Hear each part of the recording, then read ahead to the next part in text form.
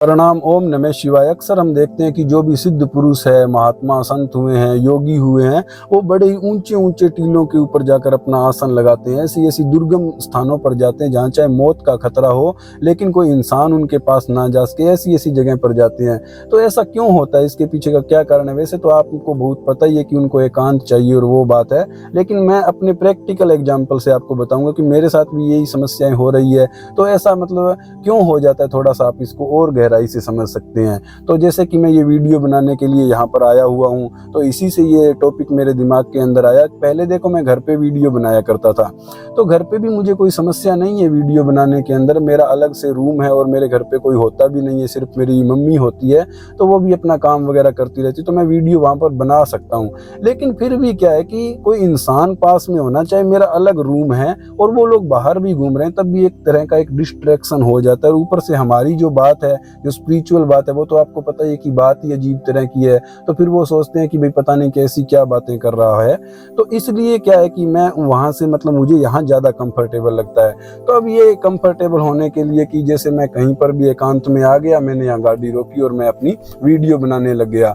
तो अब जब मैं घर से बाहर आता हूँ, फिर नई नई समस्याएं, क्योंकि ये जो पृथ्वी है मनुष्यों से इतनी भर चुकी है कि आप कहीं पर भी चले जाओ, मनुष्य आपको आगे ही दिखाई देंगे। तो कोई एकांत स्थान बचा ही नहीं है। मैं अक्सर आगे से आगे जगहों को खोजता रहता हूँ जहाँ पर मुझे एकांत स्थान मिल सके।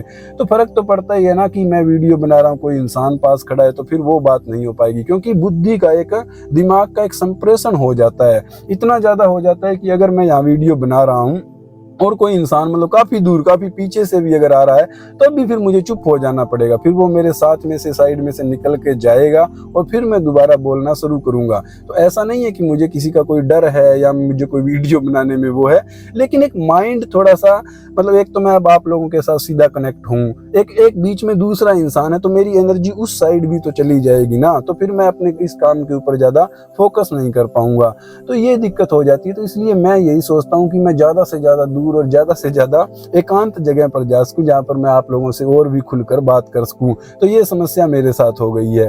तो इसी समस्या से आप समझ सकते हैं कि योगियों के साथ और बड़े बड़े जो तपस्वी हैं उनके साथ क्या होता है कि जब आदमी मतलब, एक तो दिखावे का ध्यान और वो सब चीजें होती है, लेकिन जब हम वास्तव में ध्यान करना चाहते हैं कि क्या हम है और हम वास्तव में देखना चाहते हैं, तो हम यही देखते हैं कि समस्या तो सारी वही है ना, जो हमारे अंदर विचार चल रहे हैं। शरीर तो इतनी समस्या खड़ी कर ही नहीं रहा है, सारा दिन ये विचार और इन सब के अंदर समस्या है।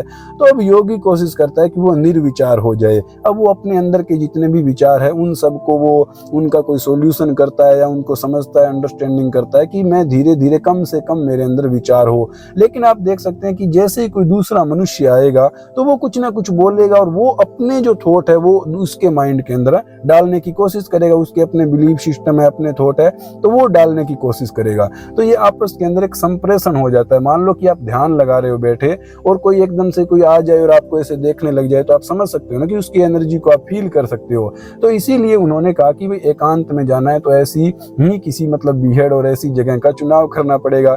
अब क्योंकि वो आदमी ध्यानी थे और तपस्वी थे, इतना वो डूब जाते हैं, तो उन्हें वो तो टेंशन है नहीं कि मर जाएंगे या ये हो जाएगा, ऐसा कुछ हो जाएगा, तो उसकी तो उनको टेंशन है नहीं। तो वो ज्यादा से ज्यादा ऐसी जगह जानबूझकर चुनते हैं जहां पर कि कोई इंसान आ भी ना मतलब आना चाहे तो भी ना आ सके, इतना मतलब वो दुर्गम रास्ता अपने लिए बनाते हैं। तो अब क्या फिर मतलब आज की दुनिया में आपको फिर हिमालय में या ऐसे किसी ऊंची जगह पर ही जाना पड़ेगा? तो देखिए, वो तो इंसान पर डिपेंड करता है। आज की इस दुनिया के अंदर अगर मतलब दुख काफी है तो सुख भी काफी है, सुविधाएं भी काफी है। तो अगर आप एक अच्छा सिस्टम बना सकते हो, आपका एक अच्छा रूम है और वहां पर कोई दिक्कत नहीं है, इन्वायरमेंट आप एसी से जो टेम्परेचर सेट कर सकते हो, तो टेम्परेचर तक आप अपने आसपास का सेट कर सकते हो। इससे ज्यादा और क्या मतलब सुविधा हो सकती है? लेकिन इतना स्ट्रॉन्ग तो आपको बनना पड़ेगा कि लोग आपको परेशान ना कर सके, आपकी साधना के अंदर खलल ना डाल सके। तो इतनी मजबूती आपके अंदर होगी तो आप कहीं भी कर सकते हो। और आपको बहुत ज्यादा ही ध्यान के अंदर जाना है, तब तो फिर आपको कुछ दिनों के लिए एकांत में जाने की जरूरत